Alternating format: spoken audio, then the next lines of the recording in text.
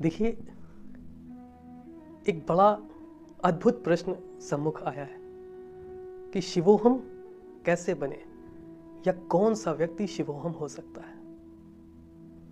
ध्यान रखिए, शिव को शिवोहम, शिव और अहम का मिश्रण, जब आप शिव से मिश्रित हो जाते हैं तो शिवोहम को प्राप्त करते हैं। और ध्यान रखिएगा, ऐसा व्यक्ति हर बाध्यता के परे चला जाता है। इसका अर्थ यह है, यदि आपको बोलने के लिए माध्यम की आवश्यकता ना हो, यानी आपकी भाषा के लिए वायु माध्यम का काम न करे, आप बिना वायु के भी बोल सके, बिना नेत्रों के देख सके, बिना त्वचा के स्पर्श कर सके, यानी जब आप समाधिरत हों तो आपका बोला हुआ हर शब्द सामने वाला समझ ले। ऐसी शांत चित्तता, ऐसी एकाग्र चित्तता, ऐसा साहस, ऐसा समर्पण, ऐसी समर्थता यदि आपके अंदर है, सत्य बोलते समय आपको परमानंद की प्राप्ति होती है। यदि आपको ऐसा लगता है कि जितनी बार आपने सत्य बोला उतनी बार आपने ईश्वर की वंदना की, तो आप शिवोहम को प्राप्त हैं। यदि आपको ऐसा लगता है कि प्रकृति की हर रचना आपको संपूर्ण लगती है, तो आप शिवोहम को प्राप्त हैं।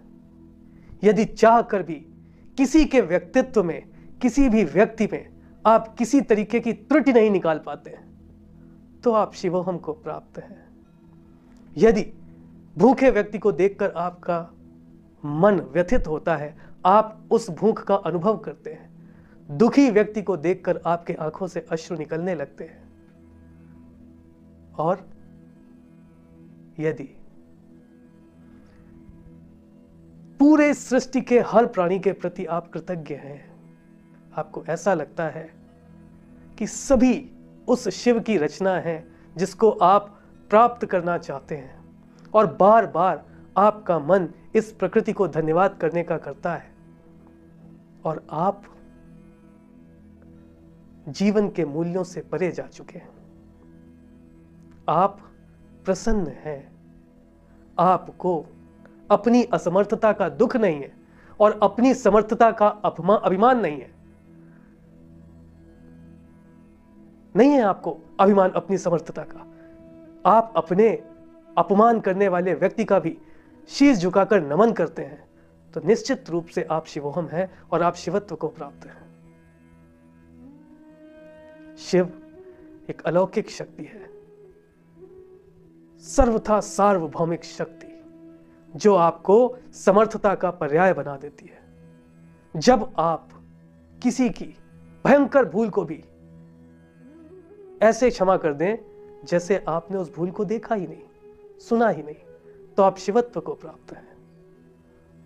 सृष्टि के नियमों का, प्रकृति के नियमों का यदि आप ऐसे पालन करते हैं, इतनी बाध्यता से पालन करते हैं जितनी बाध्यता से आप श्वास ले रहे हैं, तो आप शिवत्व को प्राप्त हैं और आप शिवोहम हैं। ये एक ऐसा विषय है कि मैं आपको अनगिनत अवधारणाएं बता सकता हूं। शिव और स्वयं को एकीकृत कर दीजिए, शिवोहम को प्राप्त होंगे।